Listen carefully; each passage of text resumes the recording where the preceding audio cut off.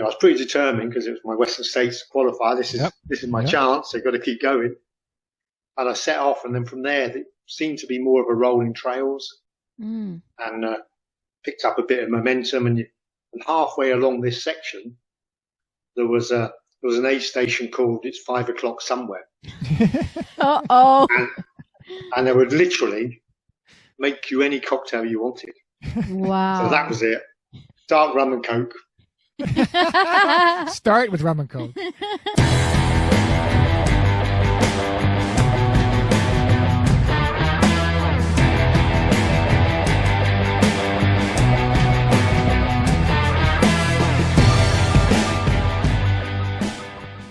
Hello. Hey, Norm. Hey, how are you doing? You're back with another GottaRunRacing episode. Yes, it's January. And it's a blizzard outside, so why not do a podcast? Why not? What's happening in the world of GottaRunRacing? Well, we have our third release of 2023 races is open on Race Roster, and that is Rainbow Trail Run. Rainbow Trail Run. Which takes place at Earl Row in Alliston. It's a 12K loop. And this year, we really want people to sign up for the 100-miler. How many loops is that? That is 14 loops. So you get a few extra K if you're doing the math. 14 loops is nothing. 14 loops, and there's a relay option. So we need a minimum of teams or solos to make it happen. So please check it out. Come on out. It's a beautiful course. It's a stunning park, and it's a really fun place to run. So check it out. Yes. And what is happening? Who is on the podcast today? Today we have Paul Reeder, who is from the UK, currently living in BC with his girlfriend, but he goes back and forth. And the reason he's on the podcast is back in December during the Western States Lottery, they made a big deal about the people that were in the audience that were 8-year ticket holders, right? Mm-hmm. Were there 9s? There was none. There was 5. Okay. So they made a big deal about them. And Paul was one of them. So he flew over for the lottery. I think he was also going to be doing a race, but neither here nor there. And every time a Brit got called, he waved his British flag and got a big cheer. Well, lo and behold, he did not get called until the wait list. And when he got called, the crowd erupted. Everyone was so excited for him. And he's since moved up to number 3 on the wait list, so it's a pretty good chance he's going to get in. So we looked him up, and he's got a very extensive running career behind him. He's got 20 road marathons and 64 ultras. Wow. And he's already done Western, and he's just gotten back from Hurt 100. Which he's done 4 times, maybe? Yeah, so we thought he'd be a great guy to chat with. Yeah, he's got a lot of stories, and also I want to know what's going on across the pond. What's happening with the ultras over there? Yeah, exactly. I'm sure that the community there is quite extensive, and we need to go over there and do a race. Without further ado, here is Paul. We welcome you to the podcast, Paul, from the UK, but currently in Vancouver. That's it. Yeah. And let everyone know how we came about knowing about you, which was I was watching the Western States Lottery live on my laptop. Yeah. Because, of course, we had just been there in June. And I think you were working that day, weren't you? I believe so. Yeah. And, of course, they kept referring to the people that had 8-year tickets or 9 years. Yeah. This year, right? Mm-hmm. 9 years. Well, and you were one of the 8-year that happened to be in the audience. Well, I flew over last year. Did you? For the lottery with 7 years. Oh. So I sat there waving patiently, and every time a Brit was called out, I was waving my Union Jack flag, and everyone in the auditorium thought, are you in? Are you in? And a few of my friends got in, and then I didn't, but I went to the aid station bar afterwards for some beers and had a drink with Gordy and met loads of people, and it was so much fun. I thought, 128 tickets next year, I'm going back. So yeah, and I went and you did the same thing. The flag came out every time a Brit was called. That was and then Everyone was so sad when your name didn't get called, but finally in the lottery, we heard your name. Yeah, that was it just went bonkers. I thought, if I call my name, I'll be really cool, but no. Absolutely everyone was on their feet screaming and cheering, and it was a great feeling. So I was 9th on the wait list, and it was funny the way they did it. The couple who called my name were the local Subaru company, and it was their last ticket. Oh. And they were. Did you see them on the stage? They were jumping up and down. They were so delighted. It was pretty cool. Yeah, pretty cool. I think it's one of the few races in the States that really embrace international runners, and we witnessed that firsthand this past year because, of course, it was the year with the most international runners. And I don't think I was expecting that. I don't recall ever hearing how much they really enjoyed having the international people there, but it does make you feel special for sure. Yeah. I think last year there were a lot of people who couldn't come the previous year through COVID, so they got rolled over. So when I went with 64 tickets, there were even less tickets available to come out of the draw because 60 or so international runners who couldn't come the previous year had been rolled over. So there was, less in the hat. So Exactly. Well, I do know the feeling you went through because I also flew down when I had 7 years of tickets or 6 years of tickets. Wow, cool. In 2020, I got called on stage and something. 19. Oh, sorry, 2019. Yeah. I got called on stage. Everyone was cheering because I was Canadian. And then something happened in 2020 why I couldn't go. What happened in that? Let's not talk about that. Let's not talk about that. So I do understand the magnitude of actually being there live. It was an amazing feeling. Yeah, it's cool. And now let's get to current stuff. Is the fact that a big congrats to you for finishing Hurt. We are going to talk about Hurt, but just very briefly, how was it this time around? It was. I've got some stories from this year's race, but it was a party from start to finish. I've had some bad experiences at Hurt. I've had 2 DNFs, and now I've had 2 finishes. So bit of trepidation going in, but it just felt good start to finish. But I'll give you the stories when you ask for them. But we're gonna. It was really great, and I finished strong, and I was just so happy, really happy. I've been saying I'm not going back, but I'm now saying I'm going back. Well, you do love to get hurt, so basically, because you got into Western States with so many tickets, we want to go through your entire journey of all the tickets and the races that you went through to get back to Western States, because you were there in 2014, right?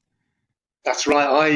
I ran my first 100 miler in 2013. That was that South Downs Way 100.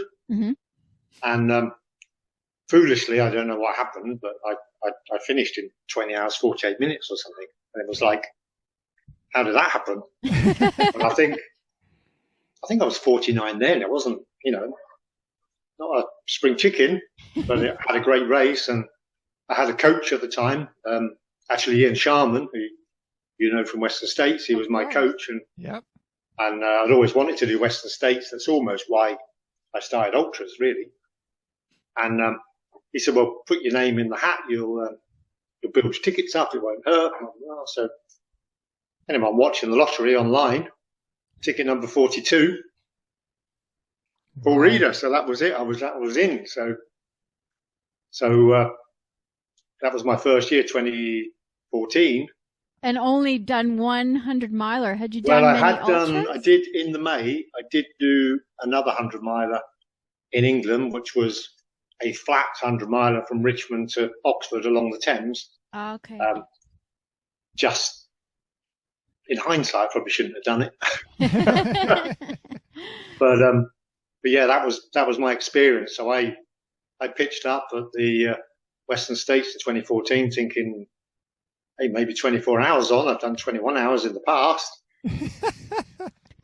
I I came in the golden hour with 24 minutes to spare. Wow. Beat up like my blood figures were like awful. Uh-oh. And so it basically took my time, added 9 hours.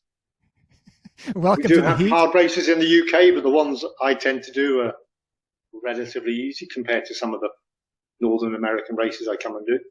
Right, and you have done some, but now let's talk about the journey getting back to Western States. Yeah. In 2015, we noticed that you did about 400 milers in that year alone, but we don't know which one was the ticket one that you put in. Well, they were all, I think at least 3 of them were qualifiers, but that company I mentioned earlier, the Centurion Running, they have a series of 400 milers, so they do their own UK Grand Slam. So there's the Thames Path in May. Yep. There's the South Downs Way in June. Then there's the North Downs Way in August, and then the Autumn 100 in, I think it's October. And the idea is you do all 4 in the year. And so I set out to do all 4, and 3 of them were qualifiers. But I was really proud that all 4 of them I managed to get under 24 hours. Wow. Especially the North Downs Way, which is a little bit more, it's more single track, and it's actually 103 miles, so it's a lower finish rate. And as you get to 30 miles, you're a mile from my front door. Oh, that's fantastic. So that's tough. You sort of, should I just run down the hill? Oh, wow. You could have your own aid station. And there's an aid station there as well, yeah. So you've got a chance to stop and think about it. But now I'm really curious about your Centurion Running series for our listeners. Yeah. Can you briefly describe what the terrain is like? And since you've competed internationally in several different countries, how would you say the UK hundreds are different in terms, whether it's community, whether it's, terrain, aid stations, or anything? Just what would come to mind? Yeah, so if you were looking at the Centurion races, I think they've been going about 12 years now, and they've got a massive community. It's like they have a wait list for the volunteer stations. Wow! It's amazing, and every station, people they know running, they bring special cookies or flapjacks, or they put out requests on the website. Do you want special requests? But the Thames Path is one of these ones that you think is easy because it's flat. But it's at that time of year where the daylight's not that long. Oh. And then when you go into the night, you're right next to the river. And when the temperatures drop and you think it's going to be 4 degrees, it probably feels like -2. And you're walking through wet grass, and there's no... Shoot. It gets to be a low ebb. Right. But so that one, that's the first one of their series. And as I say, 8 stations there every probably 7 miles or closer. They get closer as the end of the race comes. There might be 4-mile gaps. But really well stocked. Are they all out and back, or are they a loop? No. So the Thames Path is a continuous run from point to point. Oh, nice. And then the one in June, the South Downs Way, which is my favourite one of the series, that starts in Winchester, which is a beautiful old town in Hampshire. And then you run along the South Downs Way, which is more rolling terrain. So it's got some steep climbs, the sort of climb that in training you might run up them, but in the race you power hike comfortably. And then because they're rolling, you've got long rolling down. So it's really good for breaking up, which is why my times at South Downs Way are quicker than the Thames Path, which is flat. But I think it breaks up your movement. And that has beautiful open vistas. There's not many trees on the peaks, and you can see down over to the sea and Brighton one way, and the rolling hills. It's absolutely gorgeous, and you get a fantastic sunset. And if you're slow enough, you get an amazing sunrise as well. And because that starts at 6 a.m. usually, it's just started. The day's just started, and it probably won't get dark properly till 10 p.m. Mm. You get a lot of daylight. That one was June, Paul? That's in June, almost, early June. Well, And that again is point to point, and you finish in Southend. So you come to the crest, and you're looking down into Southend, and you run down a technical hill, and then along the town a bit, and then run around a running track at the end to the finish line arch. So it's sounds like Western. 400 meters. Sounds like Western, eh?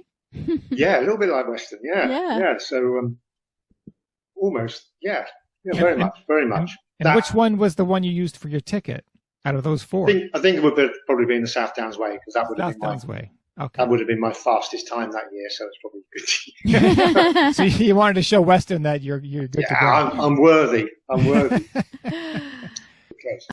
2018 looks like it was Mountain Lakes, which is supposed to be Oregon's best 100. What can you tell us about Mountain Lakes? Amazing race. Yeah. Absolutely loved it. Yeah. So the race is basically, it starts with a 27-mile loop back to where you start, which included running through 2 wasp nests. Of course. Which was painful in one of them. I got through the second one. But it was really, that first 27 miles, really, really tough. It was a bit like the Squamish races that Gary Robbins does. Yeah. It was just, or maybe I was tired, but it felt really like hard work. So I got back to the start-finish area before it was it's then a long out around a big lake like a lollipop and then back. Okay. And I think I was 7th from the back. Oh wow. And struggling. And I was pretty determined because it was my Western States qualifier. This is my chance. I've got to keep going. And I set off, and then from there it seemed to be more of a rolling trails, and picked up a bit of momentum. And halfway along this section, there was an aid station called It's 5 o'clock somewhere. Uh-oh. And they would literally make you any cocktail you wanted. Wow. So that was it. Dark rum and coke. Start with rum and coke. Dark rum and coke, and then I was off again. And by the time I got to where this loop was, I was feeling a bit more refreshed. And then when you finished the loop, the aid station at the end had like little pots of beer, so that helped as well. And then I picked Kate up for the last 30 or 40 miles. I'm not quite sure what she ran with me that time, but I said, got to get back to this aid station with cocktails. That's the beauty of ultra running. And it was nice and rolling, and managed to finish strong, really. Yeah, it was cool. It's a beautiful race. It's fantastic. It's gorgeous scenery. We'll have to look it up. Yeah, I guess the scenery must be gorgeous too. It's lovely. It's really nice. I mean, it's lottery now again. Oh, is it? I think the year after I entered, it went to lottery. Wow. But it was first come, first serve, so it was... Very good. Let's get back to 2019 and Hurt, because I'm waiting to hear whether the stories from this year or that year. I'm waiting to hear the Hurt stories. So everything was in my favour. So when I started the race this year, it was just go steady, keep eating, go steady, and I came round in 5 hours 20.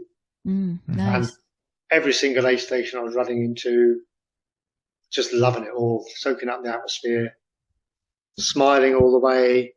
I'd got myself this goofy ice cap. Oh yes. Which I'd picked up in Auburn. And yes. So from the second loop, I was basically having this ice cap thing. It looked horrendous, but you could get from one aid station to the other almost before all the ice had melted. Makes a huge difference. Yeah. So that was helping. And the first 2 laps I managed to eat.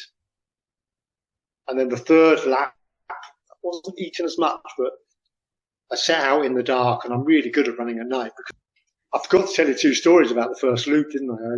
Yeah. So you leave the start line, you climb this thing called the Hog's Back. It's a bit of a procession because there's 130 runners. Right. And then you run a bit of a downhill trail. Mm-hmm. Somehow, I tripped on something or on my own feet and ended up going off the edge of the cliff. Oh. Mile and a half into the race, missed all the trees and the rocks, got a few splinters in my rear end. Oh. And again, it was a scramble up, and other runners helped me to get out. Yeah. And I'm thinking, this is not a good start. No, I guess not. And then first aid station, no issues. Coming up over this ridge to go down to the next aid station, I suddenly think, oh, my shoe's loose. Mm-hmm. And I basically had a massive rip down the side of my shoe. Wow. Oh no. And my foot was falling off the side of the shoe. So so when I get to this jackass Ginger, you know, the people with the gaffer tape? Yeah. Yep. I'm spending the whole rest of the run thinking, what's it called? What's it called? Oh no. And then it came to me, duct tape. So I ran up the hill, and there was a video guy there who filmed all this. So I think they're doing a little documentary for the local TV series. So I ran up the hill, and as I came in, I said, "Have you got duct tape?" And they're like, "Duct tape."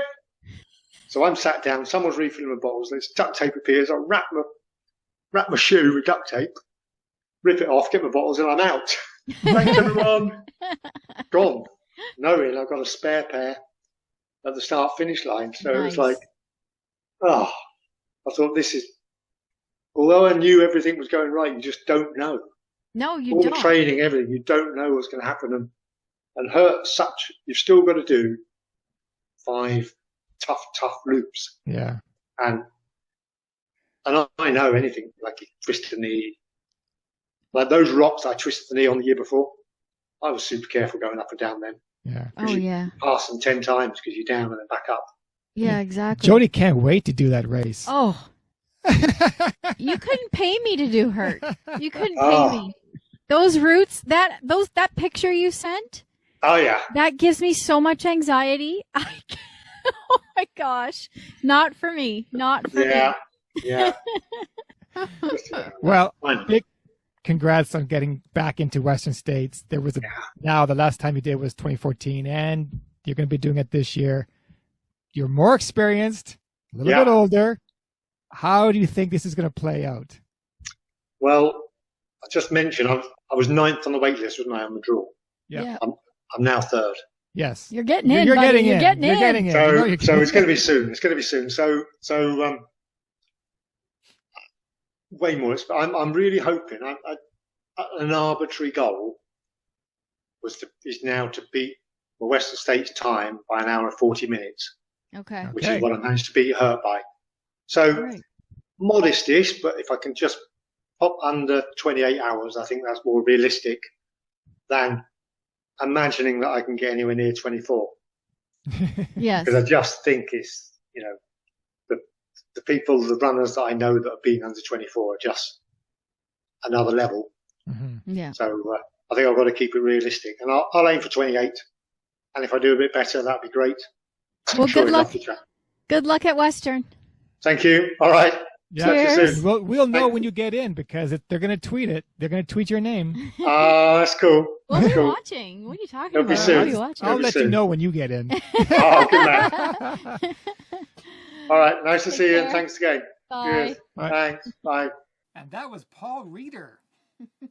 Wow, a lot of stories, a lot of adventure. Yeah, no, what a history. He's Yeah. done some big races. Yeah. And he's traveled a lot to do them. To go check them out. Which is right up our alley. Yeah. We got to start doing more of Well, he did recommend the South Downs way to 100-miler. that. Yes. Go check that out, and he'll help crew us. But we are excited that he got into Western States. We're excited that he finished Hurt, Wow. his best time. He was the second oldest finisher, too, apparently, Wow. which we didn't mention during the show. So And, good for you, Paul. and we will be watching when you get into Western. We know you're going to get in, and race day. Absolutely. Until next time. Cheers. Bye.